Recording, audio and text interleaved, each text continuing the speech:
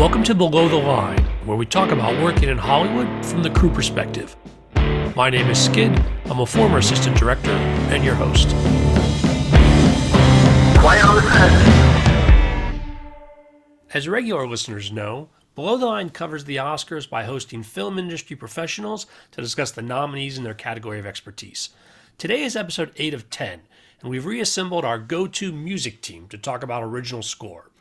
Mick Coogan, LA-based composer, singer, and songwriter. Welcome back. Hey, what's up, Skid? Louis Weeks, LA-based score composer. Nice to see you again. Hey, Skid. And Chris Molanphy, chart analyst, pop critic, and host of the Slate podcast Hit Parade. Welcome. Thanks so much, Skid. Let's dive right in. The 5 films nominated for original score are Don't Look Up, Dune, Encanto, Parallel Mothers, and The Power of the Dog. We're going to discuss them in that order, and spoilers are possible, so consider this a warning. First on our list is Don't Look Up, score composed by Nicholas Britell.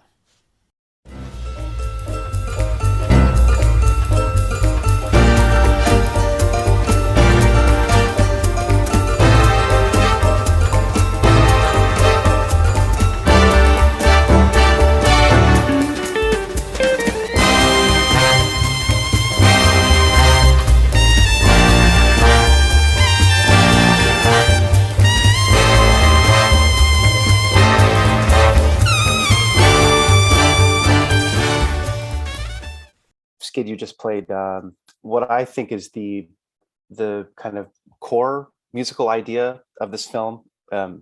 It's the kind of the germ that everything thematically kind of springs from. Although, I don't think that this score is a particularly thematic one. It really does jump all over, and that kind of gets to some things that I found kind of confusing about the movie from a structural perspective. The Nicholas Britell is becoming one of the biggest names. I mean, I think his work on the theme to Succession and is, pretty much just as much a phenomenon as the show is in the musical world. I see that as a reference literally everywhere I look in my industry. It is one of the go-to pieces of music that everyone in the film and advertising world points to when they want something that's sophisticated and smart with a little bit of edge to it. So I think that we're right in Nicholas Britell's wheelhouse, where like the music that he writes is very smart. That theme that you just played has a lot of really interesting stuff working for it.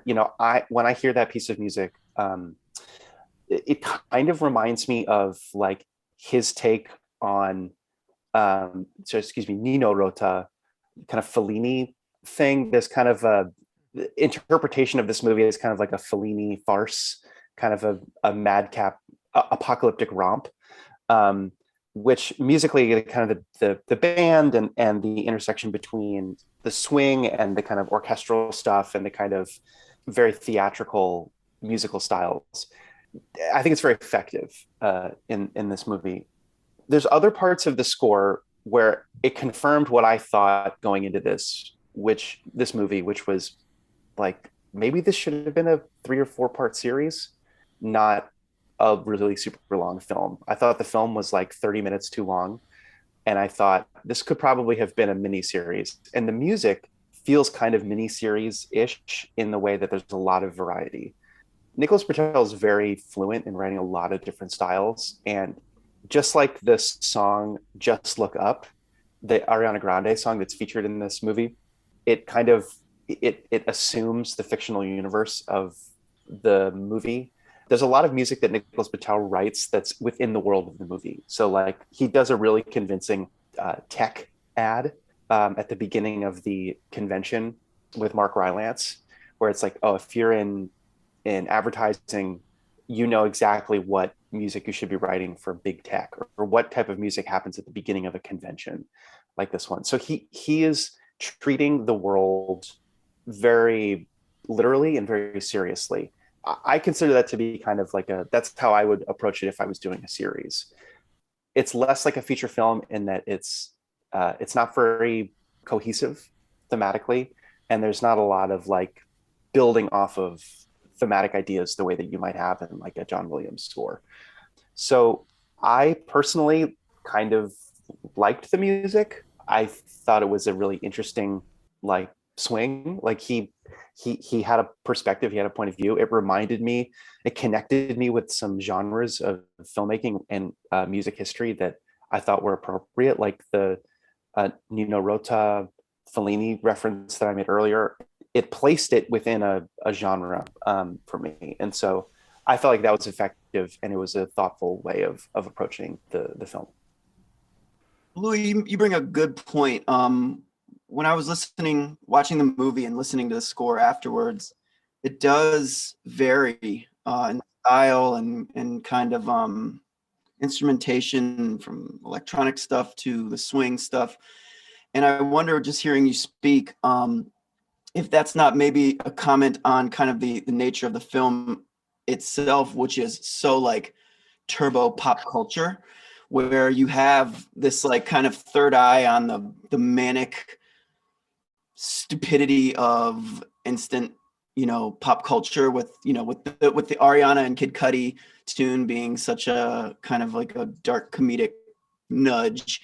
I feel like maybe having this kind of wide swath of styles was maybe a commentary on that part of society, which the movie does see how everything gets kind of, we get caught up in just the media, everybody's own kind of like choose your own adventure. So I feel like maybe it was a commentary on that. I thought the swing parts were cool. This one, to me, the score stood out the least to me and was the least memorable, I believe, from these. Just watching the movie as a fan, like there wasn't a melody that stuck out to me immediately, maybe because of the variety. But I think it's interesting, like you're saying, that he is nodding to these, I don't know, Fellini, and I didn't pick that up, but I have to check that out. That sounds pretty cool. Well, I think that you might be onto something there. One of the things that I think was really divisive about this film, just as an experience, was I perceived the way that audiences felt about the presence of a kind of editorial voice, or like a writerly hand that was maybe judging the experience and judging the audience by extension. I think a lot of people walked away from that film feeling like it was heavy-handed, and a lot of the heavy-handedness I sensed might come from the idea that, like, oh, you can feel the writers, like you could feel the writers writing it. It's certainly not a naturalistic story. It's very heightened, and it's very and you can kind of feel a kind of editorial judgment that looms over the whole piece. And in a way, like maybe musically having the kind of Succession theme style, like strong thematic omnipresence musically would have felt the same way. And so maybe having music that jumps all around is a way of taking you out of that feeling of there's someone over the story watching us and judging us. And maybe the type of musical variety helps you into a kind of like more experiential way of viewing it rather than self-critical. I don't, maybe that's too meta, but I think that the feeling of the movie, I think a lot of people were split on, like, how do we feel about how we're supposed to feel about this movie? Like, what is the movie telling us? How is the movie judging us for watching this movie? And musically, like Mick, you make a good point. Like there's lots of ways that a consistent musical theme hovering over the film might feel just like a writer's hand hovering over the film. I agree with a lot of what you guys have been saying. It's interesting, if I were to make an analogy, thinking about our conversation a year ago at this time when we were doing Best Score a year ago, we had competing projects by Trent Reznor and Atticus Ross. We're about to talk about another rock star turned score expert in a few selections. But last year, the superstar of the category was was Trent and Atticus of Nine Inch Nails. And one thing we were saying in one of their scores, which was nominated but did not win for Mank, was that it showed this versatility and this ability to write in a completely different sort of Bernard Herrmann-esque kind of idiom. And similarly, this is, to me, Britell showing off sort of his versatility within the same score. I mean, there's variety within the score itself.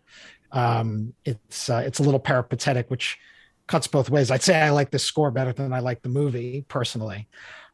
And as for sort of the meta-analysis, I mean, Britell has been nominated before. What's so interesting to me about Britell is that he, to your point, Louis, the guy works with a variety of different people. This is his third time, I think, working with Adam McKay.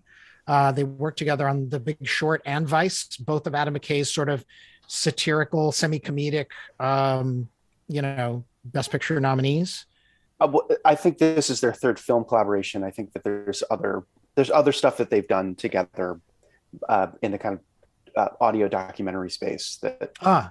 But they're I think that they're starting to your point, they're becoming a filmmaker pair the same way that you have Spielberg and Williams and Paul Thomas Anderson and Johnny Greenwood, and it's that type of pair that they're kind of a binary star at this point. Totally. I mean, if that's one pairing with Britell, he must be a wonderful guy to work with, because people seem to keep coming back to him. Barry Jenkins has come back to him multiple times. Moonlight, If Beale Street Could Talk, The Underground Railroad, they've worked together multiple times. So I think folks just like working with Britell. He's very versatile. Obviously, that Succession theme, which has become, dare I use this overused word, iconic, shows that the guy's got talent to burn. I think this is only his third time getting nominated. So I guess the question folks are going to be asking is this the moment to give him the big prize? And given the heavy competition he's got in this category, I suspect that may be a tough call this year. But Britell's going to win this prize one year eventually. I think that's got to be a lock.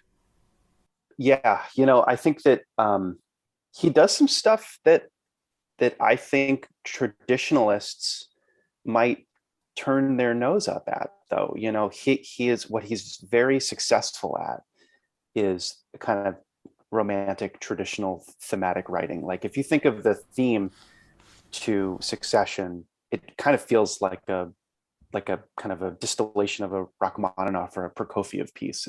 There's something very like classic about it, but then he puts this really cool backbeat underneath it.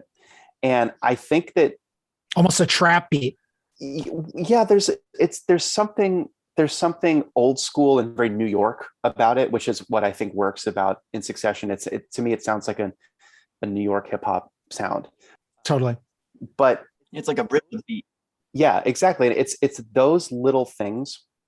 And he does it with electronics in the Don't Look Up. He has this really clever and inventive way of kind of subverting a traditionalist take that I think, to me, is what makes him so special. But it also might be the thing that stops him from getting his acclaim when he's due, because it's those little things that people might be like, oh, that doesn't sound like a movie. I think that he's fluent enough in what he does, and he's just successful enough musically that I think that he will get rewarded for his talent. But he has this little edge to him. He has this little thing that makes me think that it might be a while before people recognize what he's got going on. It's kind of the same thing with Randy Newman. Like, these people who are like technically so proficient, but they've got a little bit of quirk to them. It takes them a while to get what they deserve, I think. Quirky and slippery, because Randy Newman, I think what held him back for the longest time was like, what is Randy Newman's style? You know what his style is when he's doing pop songs, but it's much harder to pin down what the Randy Newman sound was as a score composer, despite, to your point, his prodigious talent. Yeah. Britell may have a similar problem. It's a good problem to have, frankly. It's a good problem to have. I'm not even sure problem is the right word, frankly. Yeah, he's doing fine. He's doing great. He really is. Guy's 41 and he's getting nominated up the yin yang, so he'll be fine. I just want to say one thing back to Mick's point about the experience of the film. There's this famous, possibly apocryphal story about during the making of Terminator, where Brad Fiedel turns to Cameron and he says, like, at this moment, I'm going to hit him with the theme. We're going to, it's going to be this heroic moment where I'm going to bring the theme back. And Cameron says, if you do that, you will remind people that they're watching a movie. I don't want people to know they're watching a movie. I want people on the edge of their seats. And so in filmmaking music, there's this constant like balance that you have to always be mindful of, where like, will the musical thing to do pull people out of the experience of watching the film? Vice versa, will the musical thing to do enhance the experience of watching the film? I think Don't Look Up has a lot of potential potholes where it can pull people out of the film experience, whether it's in the writing or the music or the acting or just the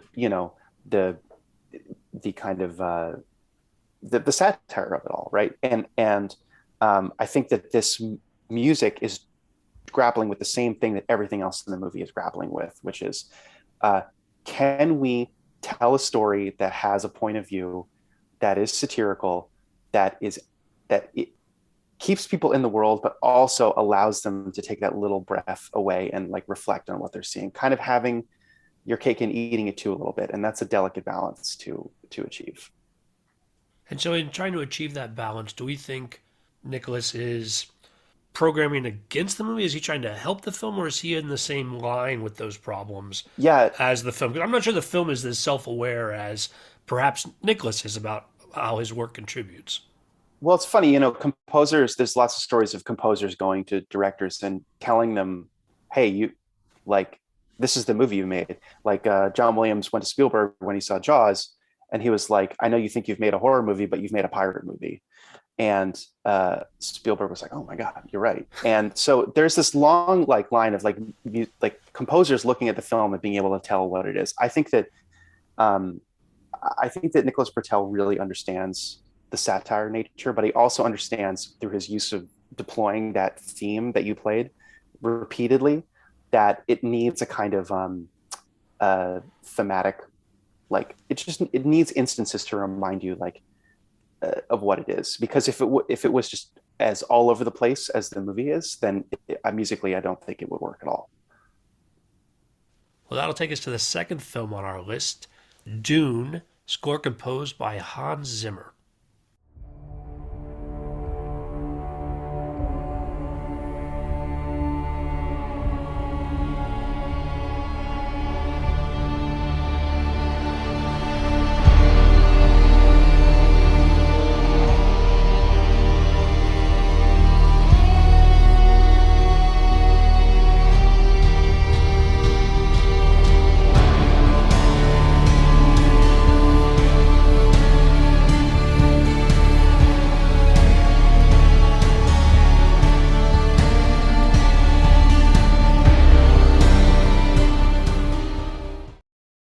I had a feeling that was the clip that you were going to choose, because that's kind of as close to rhythmically organized musical ideas that you're going to hear in the film. I mean, this score is really interesting in the way that it's very uncanny. Like it's both extremely expected, and also like there's some moments that are truly wacky in it. And I found myself really, really loving the moments that I hated.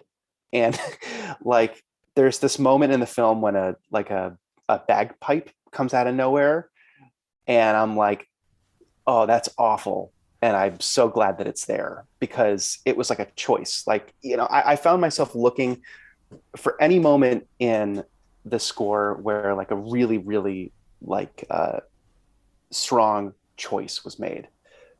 There's a lot of really weaving in and out of sound design in this movie, a lot of pads that blur the line between kind of environmental sound and music.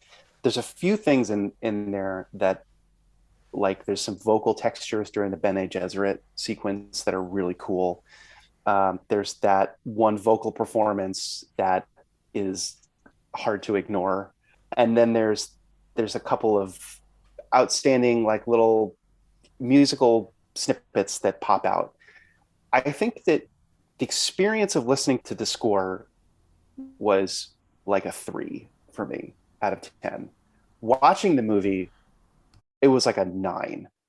So I really appreciate the fact that the score is integrated almost completely into the experience of feeling it and watching it. And, it's just, I think it's really like blurring the lines between what film composing is and filmmaking as a kind of larger, practice is.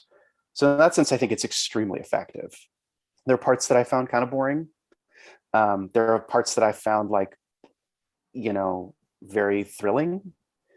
Overall, you just can't disentangle it from the sound design or even the visual language of the film. So in that sense, it's truly different from a lot of the music in this category because it just is the film. It's not another layer on top of it. It kind of is just, it is the medium of the film itself. When this film opens up and the score comes out, the thing I was thinking about, it's like, does every movie with like set in the desert need like Arabic scales? It's like, can we get farther? Like, isn't that the most obvious choice? Yes. Always. You're totally right. And I think that it's a real problem in kind of the film music world where there's a kind of inability to let go of tropes that are tied to kind of a Western centric way of looking at the world. Science fiction is a really good it's a good thermometer to tell like how storytellers feel about other places, because it's a blank canvas that they get to paint. Basically, they get to project what they think about the rest of the world, whether that's on this planet or on another planet. And I think that you're absolutely right. There's a lot of Western centric ideas about what the desert sounds like that are tired, and I think that it's hard to unpack it because it's so tied to the tradition of Hollywood filmmaking. But you're absolutely right. Like it requires further examination. And I love the Bene Gesserit stuff because there's the kind of whisper singing that was pretty unique. I mean, I hadn't really heard anything like that in a movie. But then you get to some of the more expected vocal textures, and it's like, okay, there's like basically like a library full of these sounds that we've all heard before. Yeah, I could see this in like a Transformers movie, like in a montage over the. Yeah, I don't know, but I mean, I when I look at this movie, I say, okay, that score that you played, Skid, that bit of the score is big and epic and awesome and matches the grandeur of the movie, which is kick-ass, just as big as sci-fi gets. And so I think if you want to bring out the big guns, then you get Zimmer. Like you look back to Blade Runner 2049, which is one of my favorite scores, and it's like such a wild, huge otherworldly transportative kind of moment. And Louis, I know that there's probably like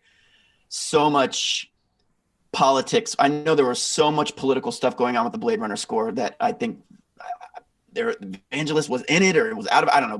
But regardless, you look at the Blade Runner, then you look at Interstellar, which Blade Runner feels more ethereal and textural, and then you have the kind of, to me, the iconic Interstellar melodic score that is like just brilliant and genius and memorable. And this feels like there are some of those. There's some melody, but I don't know if just for me as a fan of Zimmer and a fan of kind of sci-fi, that this score is as memorable as those other two scores. And I also think, Louis, there's a composer that I'm sure you're aware of, Daniel Lopatin, who is making kind of One O Tricks Point Never is his music project that I'm a big fan of. And it's just kind of, he did the score for Good Time and Uncut Gems, this kind of really minimal. One O Tricks Point Never. Yeah. One O Tricks Point Never. And it's like, I wonder if there's some of this minimalism in in the Dune score where, like you were saying, it's really more, it's more found sounds rather than chordal sounds. So I don't know. I'm just, I thought it was cool. But maybe it didn't live up to me as some of the other Zimmer scores that I've loved in the past, but that's just my take. Yeah. I mean, I think it's also hard to a lot of people, when they listen to the score, they were like, frankly, I like the original Dune score better. We're talking about the 1984 version. The 1984 version that was scored by Toto. By Toto, yeah. Yeah. Which is one of the interesting footnotes of the history of the Dune franchise. And an interesting tie-in with the rest of movie music, that Toto, one of the lead members of Toto is John Williams' son. So, you know, all roads kind of lead back to Johnny. The king. The king, the goat. Yeah, you know, I think you're right. I mean, I think that, but again, it's like, it's this balance of like, do I want to be pulled out of the storytelling? Nothing in that score pulled me out of the experience of the movie. And in that sense, I was like gripped by the film. And, you know, I think that it's like, it's worth just noting that there's like lots of different experiences that film music can engender. And like, I think keeping, like, to James Cameron's point, like keeping you on the edge of your seat, like that's an end to be explored. So I think it's effective. But yeah, I agree with you. It's in a way, it's extremely avant-garde in the fact that it doesn't really present you with any music in the traditional sense to latch onto. And in the other sense, it's extremely conservative in that it's giving you pretty much what you expect from a textural perspective. Like, this is the sound of the desert. This is the sound of a spaceship. This is the sound, you know? So, you know, I think that in a lot of ways, it's kind of similar to, or not similar, but in the same vein as his score for Dunkirk, where it's really about the feeling. Like, what as the audience member will I walk away feeling? I can't sing the music because it's like the sound of like a shepherd tone, you know, a constantly rising, you know, sound of awfulness. But I felt like the music was helping me really live this experience. So it's hard to say. I mean, I think that I will say that for Hans Zimmer to be doing this, it is kind of a risk. He's known for pretty traditional thematic ideas, whether it's Batman or something, his earlier work like Gladiator, like he writes a great theme. And so for him to be like, I'm not going to write a theme. I'm just going to give you textures that are just as compelling as a musical theme. I do think that that's kind of that's a risk for him. I'll just bat clean up here on a few items. First of all, my Hit Parade nerds will never forgive me if I don't point out that John Williams' son is Joseph Williams, who joined Toto in 1986 when Toto was in rebuilding mode after they bombed with the Dune soundtrack and had trouble following up their blockbuster Toto 4 album, which contained Africa and Rosanna. So Joseph Williams was not with the group in 1984 when they did Dune. This is exactly what I was talking about. This is the context to keep me in check. This is a footnote. This is completely unimportant. No, but this is like, this wholly bombs my whole thesis. This like this rips I was the not trying fabric. to bomb your thesis. This rips the fabric of the John Williams verse to shreds. No, you could argue that the John Williams verse saved Toto and put them back on the charts after they had a terrible scoring experience with David Lynch in 1984. Anyway, I just wanted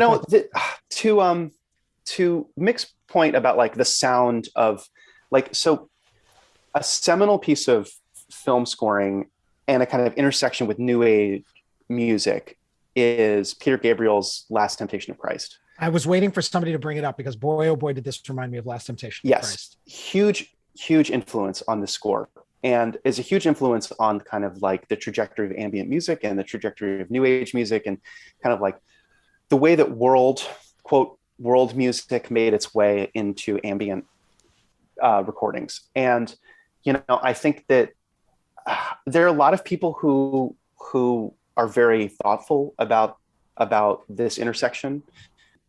It's tough to be thoughtful about this intersection when like you have a film that's kind of also portraying the desert in visually in kind of the same stereotypes that that the music is trying to get away from. So I will say that like I think that you can hear the Peter Gabriel score from Last Temptation of Christ in this score pretty, you know, it echoes pretty loudly, and I think that that's a big ancestor to this music. I often say in some of my criticism that there are works in pop that are great in and of themselves and can have a terrible influence. For example, Sgt. Pepper by the Beatles, great album, and it led to a bunch of terrible concept albums. Stevie Wonder, one of the greatest singers of all time, and he uses melisma brilliantly, but he trained an entire generation of singers to sing with too much melisma, even though he's brilliant when he does it. Last Temptation of Christ, thinking about what Mick was saying about this kind of arabesque vibe that Zimmer is, I don't know what the word is, jumping onto here. It may be the footprints, the fingerprints of that Peter Gabriel album are, you know, felt all over the place, and it casts a long shadow. And maybe this is a case where, I mean, when I was listening to the Dune score, I agreed with you. I was not latching onto too many melodies.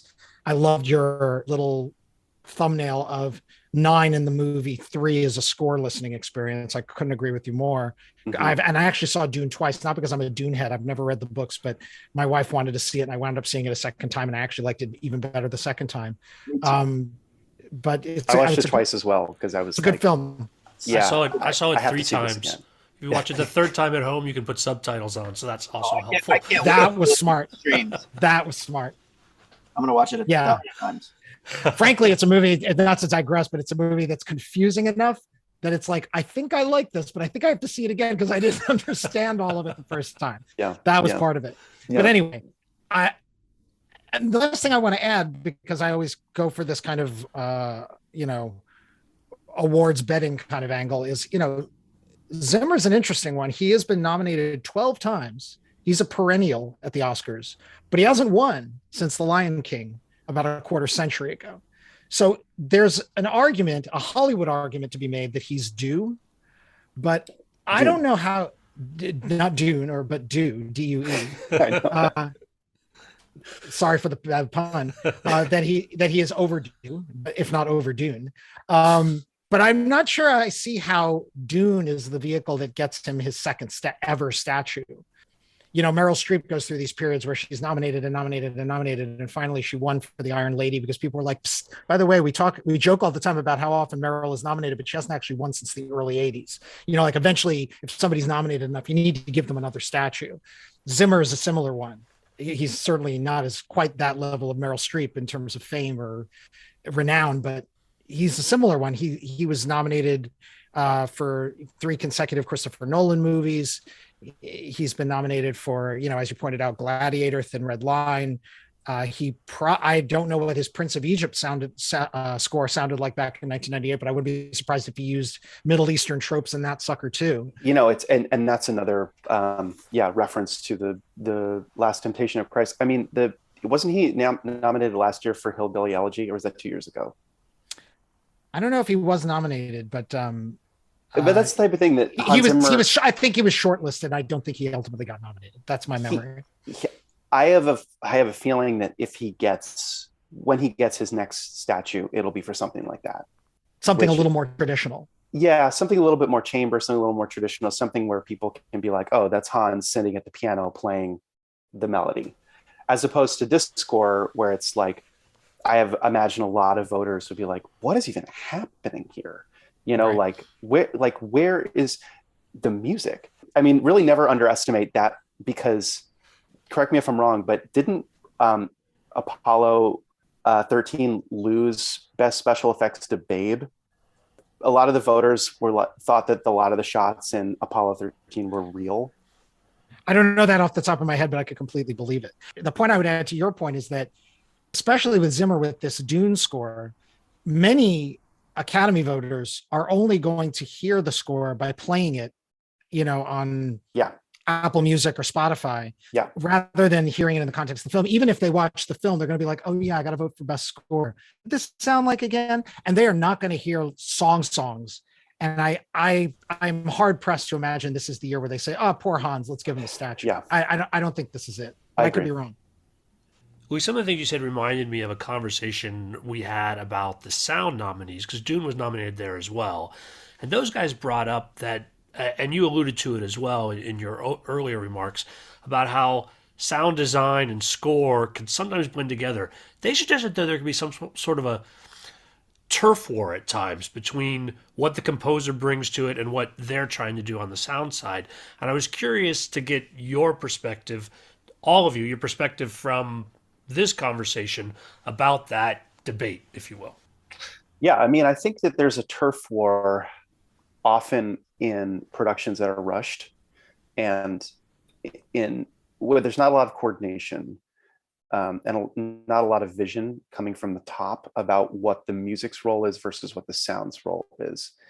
There's just so many things that music could achieve, and there's so many things that sound design could achieve, that if there's no direction coming from the boss, that both departments will basically try and do what they think is best, and oftentimes that leads to a lot of jockeying for position. I think that I feel like I watched a documentary featurette about the making of the sound of this, and the making of the sound design for Dune. They said they wanted it to sound like a documentary of this planet, which I think is really interesting.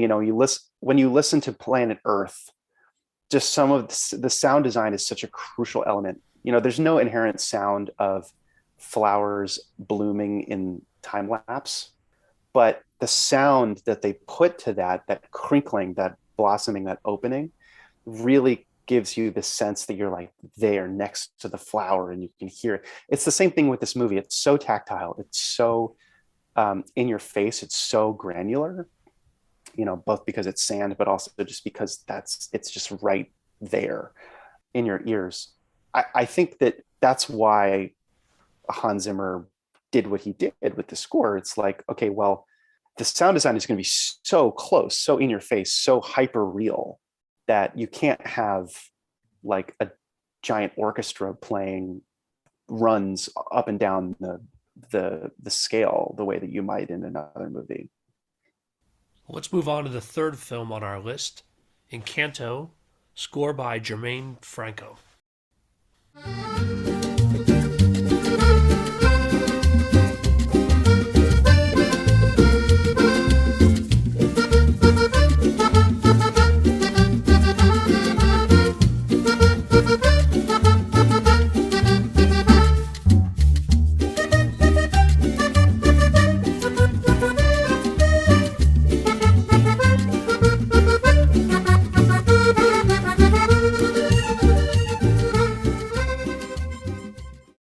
I'll kick off with just one tidbit and then hand it over to you guys, which is this.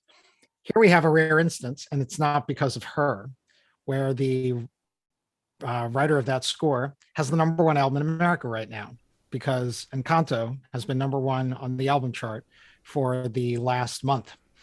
Thanks, of course, to all those bangers on the same album by Lin-Manuel Miranda.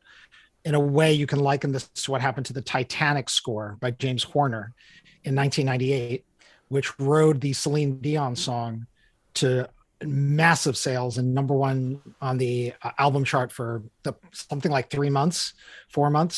It was the #1 album of 1998. And that album was like I don't know, 9/10 score. And yet everybody was buying it for the Celine Dion song, My Heart Will Go On.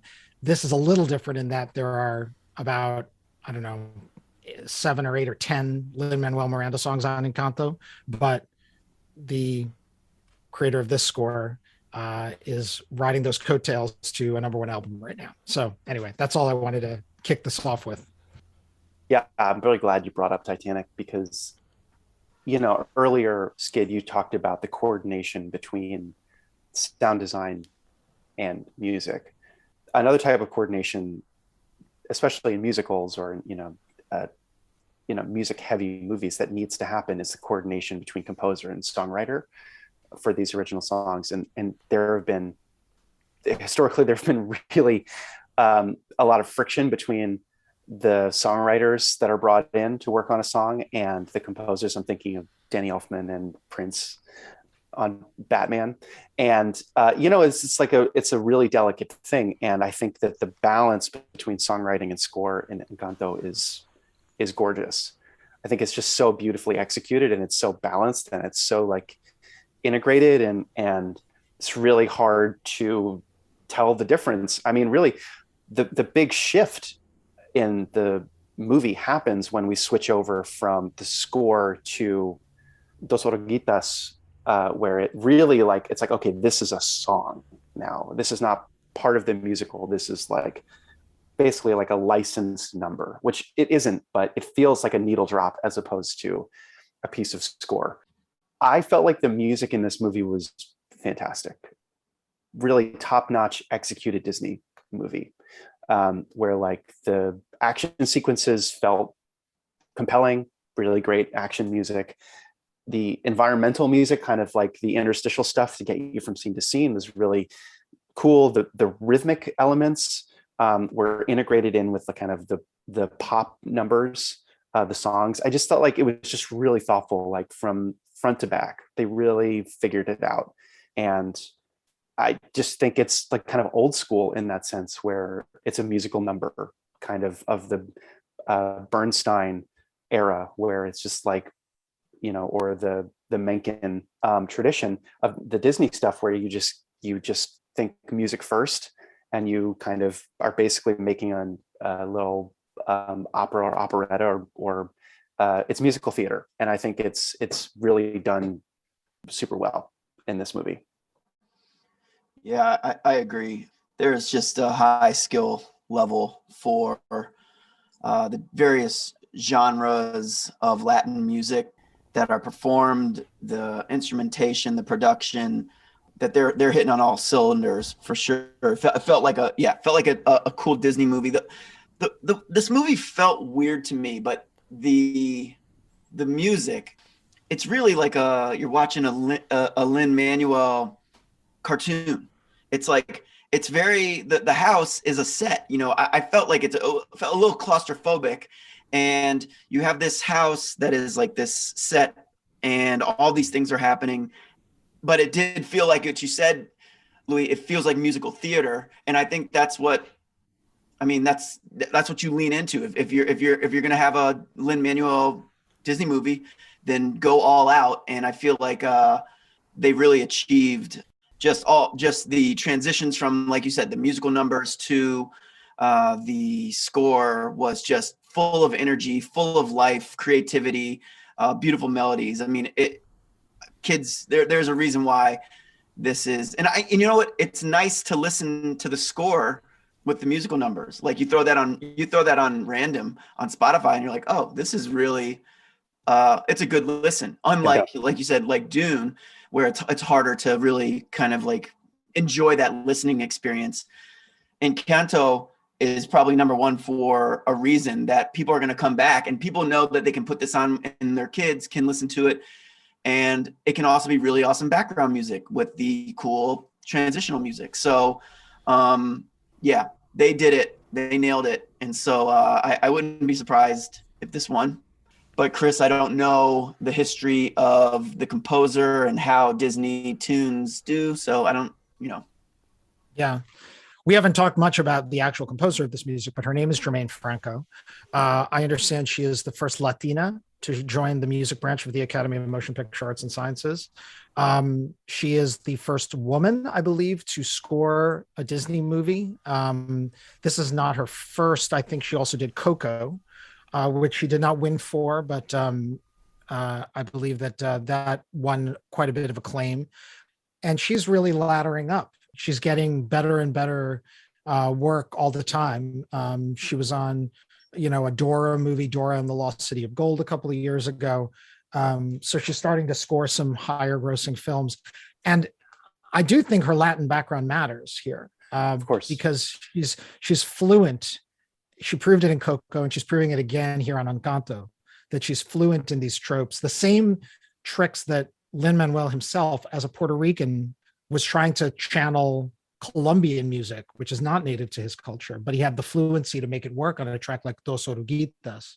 Similarly, Germaine Franco is, using her heritage and, kind of producing this wide-ranging yet of a piece thematic, score that is just, to echo both your points, is remarkably coherent and a great listen. Just like Mick said, it's actually really pleasurable to listen to.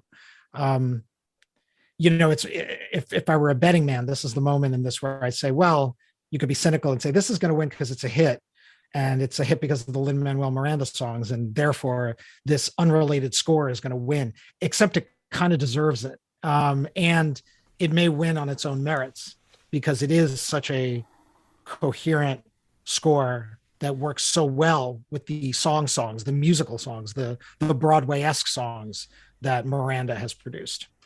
Yeah, I think it's also worth pointing out that, film scoring, the profession, the industry is so predominantly white and so predominantly male. Hear, hear. It's one of the whitest and most male-dominated sectors of the entertainment industry, if not the most.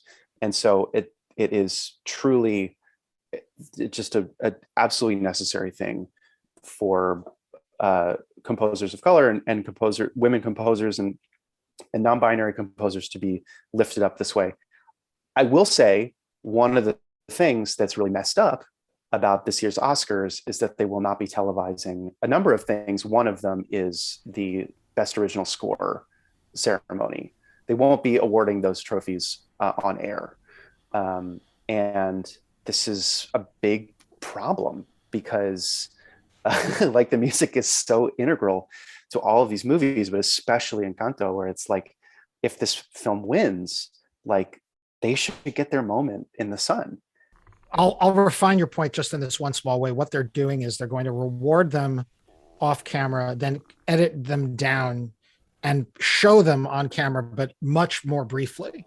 So they're going to eliminate the walk up to the podium. They're probably going to reduce the speech to some extent. So it's going to be, these people will be quote unquote awarded on camera, but on tape, as opposed to best actor, best actress, et cetera, where people are going to see the whole kit and caboodle. I'm glad to hear that they are going to get some airtime. I think I have a bit of a chip on my shoulder because I look at the way that the. Oh, you're not alone. There's been a lot of complaint in the Academy about this. I mean, your point is still well taken.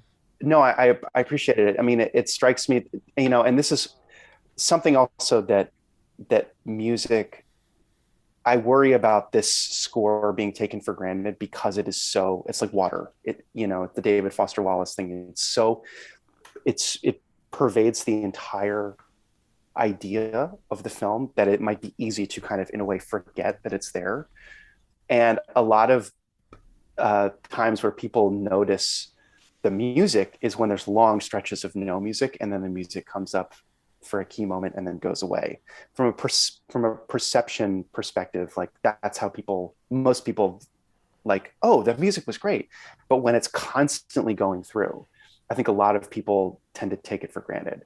It's like amniotic fluid for the movie. It's like you're bathing in it and you don't notice it. Yeah, it is truly like the substrate through which the entire story is told. And so I just my one fear for this movie not getting the acclaim that it's due is that it is possible for people to miss that entirely.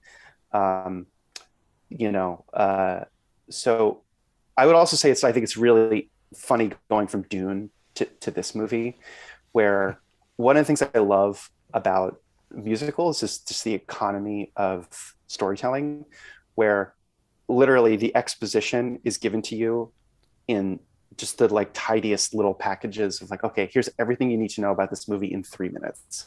And it's done in a song. It's like, here's the Family Madrigal. Like, here's everything you need to know, which like would have taken the movie like 30 minutes to explain if it wasn't in a song form. And Dune is like the perfect example, where it's like, there is so much exposition to dump here that you need to watch the movie 3 times. And Encanto's like, let's just do it in a song. And I think that that's great. And from a viewer's perspective, I really like the fact that I got everything I needed to know in a very short amount of time.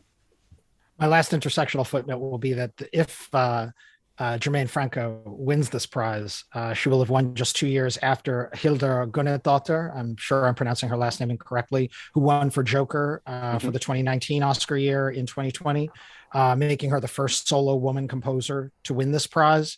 Jermaine Franco would be the second, I believe. And I don't think she's going to take this prize with anybody else, so she'll be the second.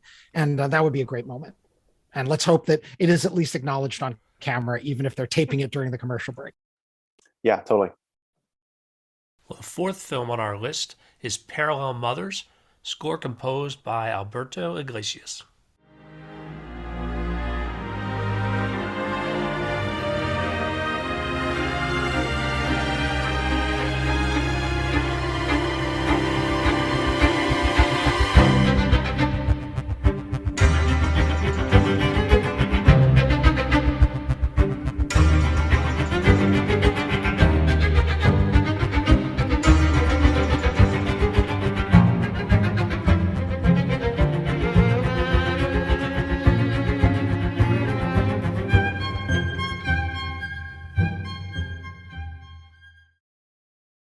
This is so good. The score is so good. I have such a soft spot for this music because, like, on just on a personal level, every decision that was made, it's like felt like the right one. Composing kind of boils down to what note do you play next?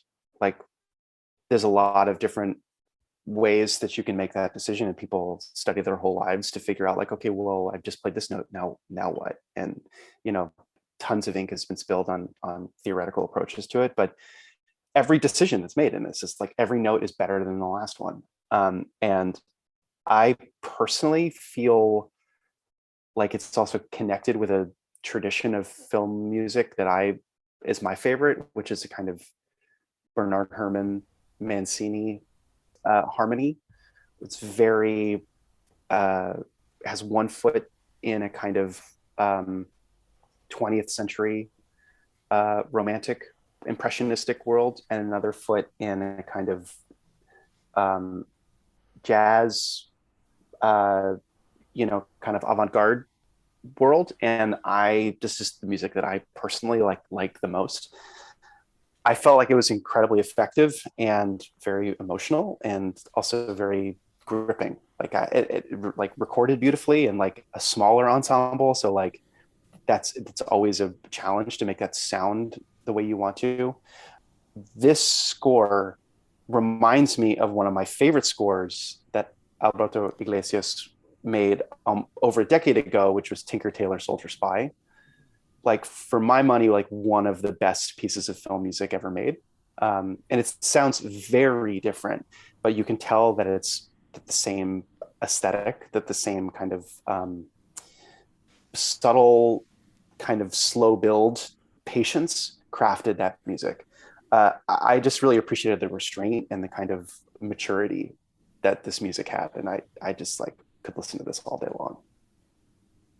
You feel like watching this movie with Almodovar, you are in good hands, and all of the choices, with Cruz and him, the chemistry that they have, and the selection of these pieces to kind of set the emotional table are just like so effective and just elevate the movie so much. I think they're very kind of gloomy. The movie's so heavy that I think that they really, what you said, Louis, that I agree, they are a little bit avant-garde. They're not so melodic that they take you out of the emotional moment, but they're so moody and so closely, and the ensemble's so small that you can really hear the string, you can really feel the performance. And so it's just the right amount of drama, which I feel like Almodovar is always, it's just the right amount. And he's just building the tension and building the tension. And it's the same with the score. And it's just so effective, and you're left just satisfied. You're like, okay, this is awesome. Like I'm, this is a big time director with a big time composer doing high level work, and would not be surprised if it won. I don't know, but it's yeah, I thought it was awesome. I co-sign a lot of what Mick just said, especially when he said the word drama, because to me, what makes the score so compelling is this weird, almost paradoxical balance between intimacy and melodrama. It's like it's got both bigness and smallness at the same time, which is just really hard to pull off, but you're in the hands of a real master here with Alberto Iglesias. This, by the way, is something like, I think he's worked with Almodovar something like 12 or 13 times since the mid 90s. And Mick just made a good point, bringing up Penelope Cruz, the actress's name. Almodovar likes to work with people he's comfortable with. He creates almost a little world like a Paul Thomas Anderson does, where he keeps coming back to the same actors, the same collaborators. Or Wes Anderson, frankly, building a little world and then rebuilding that world over and over again. And yet the films are all very different thematically, very different plot-wise, et cetera. Much as Almodovar has gone from madcap farce in his early 80s films like, Women on the Verge of a Nervous Breakdown, to something like Parallel Mothers, which has little elements of farce and satire in it, but is mostly, to your point, quite heavy. It's really Iglesias's rise along with Almodovar runs parallel to that. Yet you can't just pigeonhole him as an Almodovar guy, because, to Louis' point, he did Tinker Tailor Soldier Spy for Thomas Alfredson a decade ago. He's worked with Ridley Scott. He's worked with Steven Soderbergh, Mark Forster. He's worked with a bunch of different directors. He must be a guy like Nicholas Britell, who's just a pleasure to work with and totally gets it. And I think this is something like his third or fourth nomination. This is yet another guy in this category who's probably due for a prize and has never won. The one thing I think I disagree with Mick about is I would be quite surprised if he won, because, it's great that Parallel Mothers is in the conversation prize-wise this year. I see the glass is half full there, but I'd be pleasantly surprised if he won. Because I have a feeling that if Iglesias is ever going to win, either Almodovar is going to have a movie that really breaks out, or he's going to have to work with one of those Ridley Scott, sort of level of director who's going to get him the big prize. But if this wins, man, I'd be thrilled, because it's such a beautiful piece of score. I was thinking, Mick, to your point, to me, that sense of drama is really, it comes from a very deep understanding of film music, like the harmony of film music that kind of is the ancestor to this type of drama, which is Bernard Herrmann, I think, where Bernard Herrmann's music was a big shift in terms of taking drama and expressing it musically as an external thing to making it a psychological internal thing. And a lot of the music that Bernard Herrmann made, especially for Hitchcock, it kind of was like, okay, there's a kind of thunderstorm happening within the minds of these characters rather than externally outside of them. And, there's certain chords that Iglesias uses that like are just like, it is such a clear and smart interpretation of that tradition. Juxtapose that with something like Mank, which was a pastiche of the soundscape, which is like, okay, this is what we're going to do our best Bernard Herrmann doing Citizen Kane, right?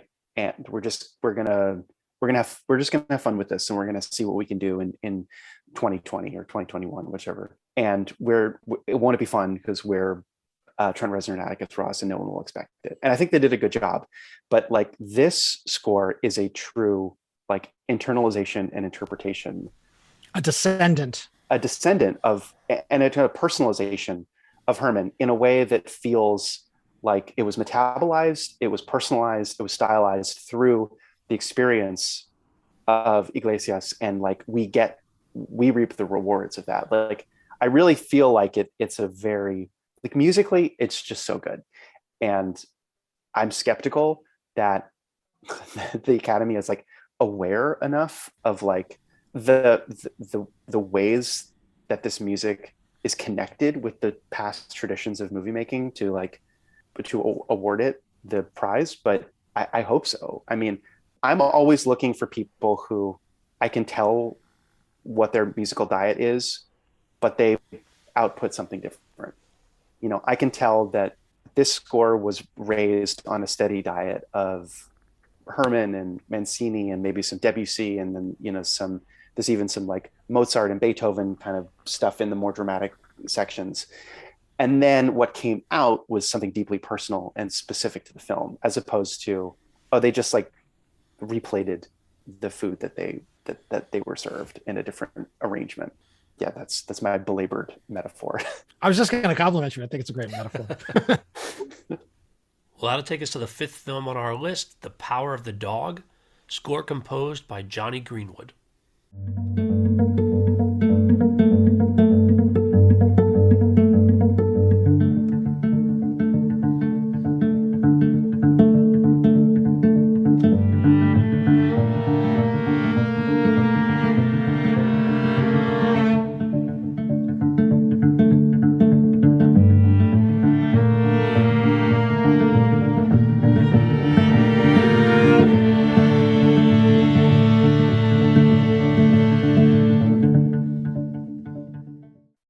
I mean, it's gorgeous music.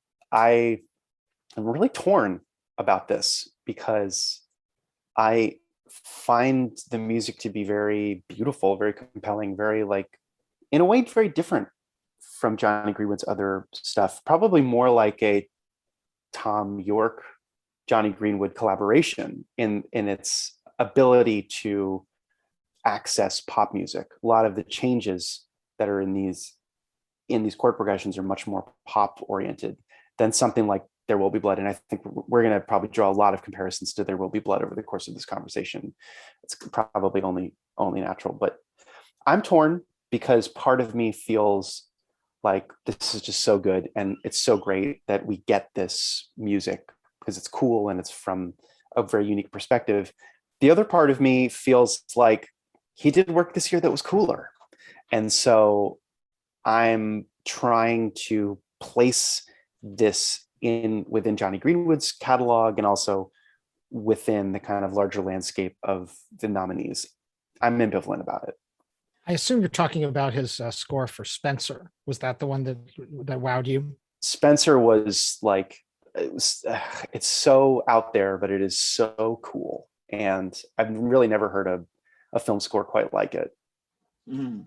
I found, I listened back to There Will Be Blood, and I feel like there are some really recognizable moments in that movie. And I feel like these movies aren't so different in kind of emotional weight, where you have these really strong, gnarly, kind of deviant, bad characters. And Johnny, you know, in 2015 or whenever There Will Be Blood, or whenever, like, your 2005 or 8 or 7, I don't know, whenever it came out, he's building this world and building this tension, and it was less melodic and very percussive, and it was felt more like a soundscape than focus on a melody. Where you have this movie now, that there are so many melodic moments, but I feel like the playing and the instrumentation really conveys the emptiness of the landscape. Though I loved the simple pads. It propelled. I felt like the space, the Wyoming space was so big, and it just kind of propelled this kind of sinister, minery kind of darkness throughout the movie. And it really added to the experience for me. And I think, I've been a fan of Radiohead my whole life. So it's like, it's nice to hear these guitar parts that would show up on a Radiohead album at some point. Like some of the guitar parts on the Power of the Dog sound like you could write a tune to them. Oh, and Tom York could sing on top of them, and it would be a really cool song. So I think that there's a familiarity there, but I also feel like he served the movie well. And there's just this kind of coldness that is reflective of the scene, of the emotional kind of vacuum that the lead character, that Benedict Cumberbatch, it's just kind of dark and foreboding. And that's what the Radiohead does well. He's been doing dark and foreboding for 30 years. So like I feel like I really enjoyed it. It's a nice listen. Without just, listening in a playlist. I saw Spencer, and I wasn't super, super hot on the film, and I wasn't listening closely enough to kind of dial in the score. So I'll have to revisit it, Louis, so I can kind of compare his approach to this one and Spencer. Oh, it's like night and day. I mean, part of my thing about Johnny Greenwood is that, I think he's like an atom bomb. Like, he is like the most powerful weapon in your arsenal. And I felt like this movie didn't really use him. It's certainly not the way that he was used in There Will Be Blood, and definitely not the way that he was used in Phantom Thread, which is my favorite of his works. And I feel like you have this monster, like, unleash him, and I felt like I was just waiting for, like, okay, when is this, like, when are we gonna, like, see something like some fireworks here? Not that the movie necessarily called for that, but I just felt like my feeling about what Johnny Greenwood's genius is his ability to take very out there musical traditions and present them in ways that give a lot of listeners a door in. And I think There Will Be Blood is the best example of that. He took some really crazy traditions from avant-garde performance music, and he put them in this new context that just created this whole new interpretation. And I feel like a lot of the music in The Power of the Dog felt like it could have been written without the movie in mind, and it could have just been a really, really well placed needle drop from a music supervisor.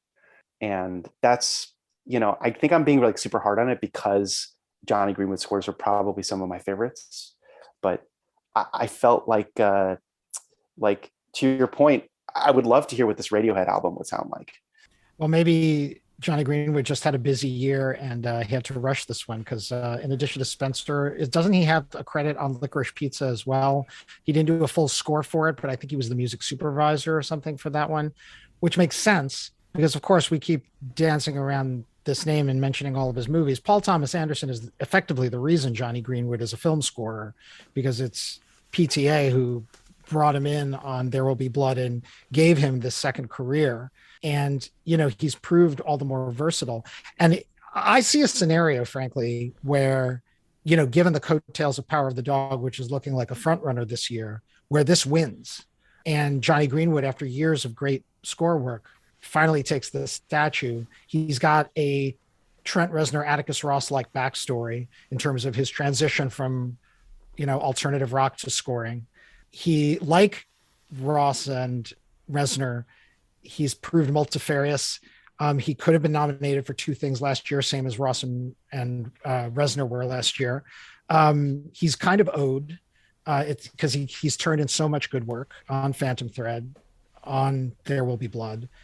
It also speaks to the fact, something I say in this series all the time, the meta narrative matters. And frankly, Spencer turned out to be a tough sell to the Academy. Like Mick, I had mixed feelings about the movie. I liked it better than Jackie, but not drastically more.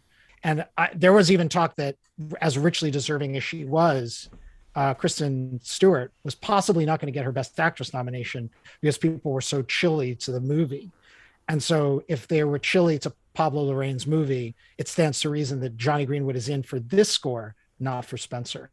I also think that Spencer's just too weird. The music is not accessible enough. This is part of the reason why I am so like super championing it, is because I think that we need people out there like the Johnny Greenwoods making very weird stuff, because the gravitational pull of boring is so strong in Hollywood that we need people like really pushing the outer limits. So, but I agree with you. I don't think Spencer stood a chance, you know.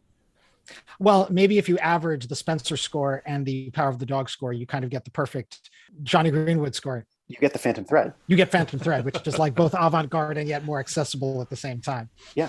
I don't know. But if Power of the Dog starts sweeping this year, which it's not guaranteed to do, it's still a bit of an oddball movie, and yet it's got the most nominations this year, including some depth in the acting categories that people didn't see coming and things like that. I see a scenario where Greenwood takes it. To me, in my mind, if I were a betting man, it's between that or Jermaine for Encanto. Those to me seem like the front runners. But then again, with Zimmer in the mix, with Iglesias in the mix, even with Bertel in the mix, you've got several people who are owed a statue this year. And the newcomer is Jermaine for Encanto, and she stands an excellent chance of taking it. So upsetting all of these people who've been nominated multiple times. So it's going to be an interesting win, whoever takes it. I think it's a really strong batch this year. All the scores are very interesting in their own right, and they kind of represent a pretty wide array of approaches too, I'd say, like from a technical perspective. So it will be very interesting. Chris, when we were at break, Louis and I were saying that the scores are probably a little cooler than the tunes this year. Yeah, that's an interesting point. Yeah, well, and just the sheer breadth in the category. I mean, hearing Louis break down what's going on in each of these scores, which is always interesting to me. It's one of the reasons I love doing this conversation every year. You really have such a multifarious variety of approaches, all represented in the same category. Yeah, I mean, you've got a musical, you've got an ambient score, you've got a kind of what I would call a very contemporary, eclectic approach with Don't Look Up. You've got a classical folk Western, and you've got a kind of film noir, basically, like in Parallel Mothers. In Parallel Mothers, I say film noir in this, like, harmonically, not in terms of ensemble, but that's like that's 5 completely different films. Like none of them really stand on each other's toes, Yeah, so it'll be fun to see who takes it. Yeah. And talking about films that didn't receive the nomination, Louis, you talked about Spencer and how impressed you were by that. Are there other scores that caught your ear from 2021? It's not a film. It was a series, and so it's like kind of it's not super germane to this conversation, but I thought that the score for White Lotus, which was incredible, and is Cristobal Tapia de Veer, who composed this. I probably like my most listened to piece of music last year. I had that record on repeat. I think it's so cool. I think it's so interesting, and he's a name to watch for the next coming year. I also think that Chris Bowers is another name to watch for the next year. Chris Bowers, known for Green Book, most recently did King Richard. I think that he has done a couple of shorts in the last year that I thought were fantastic. The latest one was called A Vandal, and that recently came out, so it's not eligible. But Chris Bowers probably going to be the next big thing if I were to put money on it. The only other one that leapt to mind for me, because I think it was shortlisted and then didn't get in, and in fact this movie was blanked across the Oscars this year, was the Wes Anderson film and Alexandre Desplat, The French Dispatch, A lot of people cited that as an impressive score. Desplat has won with Anderson before. He won for Grand Budapest Hotel, so he doesn't need an award. He's actually won a couple of times. But I remember thinking while watching that film that the score was interesting and exceptional. I agree. I remember that. That was a fun movie. The first third, it's in thirds. The first third just was quintessential Wes Anderson awesomeness. I just loved it. And yeah, I remember that. Yeah. I mean, if I had this, we talked about all the qualities that each of the films represented musically in this category. I will say that the kind of Desplat, Danny Elfman, Newton Howard, like all of that kind of journeyman, like contemporary craftsman, like film score guy sound. And not to belittle it, but I think that there's definitely you work within the studio system. Your genre is contemporary film music. That is not represented at all in this category. I think it's interesting this year that the scores this year, rather than the Desplat, which I think is quintessential film music, in that it kind of sounds contemporary and it mixes a lot of genres and it's very quasi-classical. That is not really present in this year's nominees. Right. Arguably the closest thing you have to that is Zimmer, and Zimmer's not doing that this year. Exactly. Zimmer would be the person who would pick up the mantle, but this year he's zigged instead of zagged. And so you have a big hole in the He's category. zimmed instead of zagged. He zimmed. Yeah, he knew what he was doing. Sorry. I think that there's a big hole in the category, and it's not a bad thing. It's interesting. Every year I feel like you typically have a sound that sounds like, I think last year it was News of the World, or, you have a score like that where it just sounds the way a big studio picture should sound. Don't really have that this year. And I think that's interesting. Yeah, agreed. Well, I think it's always interesting to have you guys talk about this. Very educational. Take care. Thanks for being here. Yeah, thanks for having us. Thanks for having us. Listeners, that's another wrap. If you'd like to learn more about the podcast, please visit our website, oneword.biz. That's B-I-Z. It's easy to peruse past episodes, and you'll find links to all of our social media. That includes our page on IMDb, where you can learn more about my guests. Thanks to Curtis Five for our music, John Wan for our logo, and all of you for sticking with us. Please rate us wherever you get your podcasts, and tell your friends. 2 more Oscar episodes next week. Thanks again for listening from Below the Line.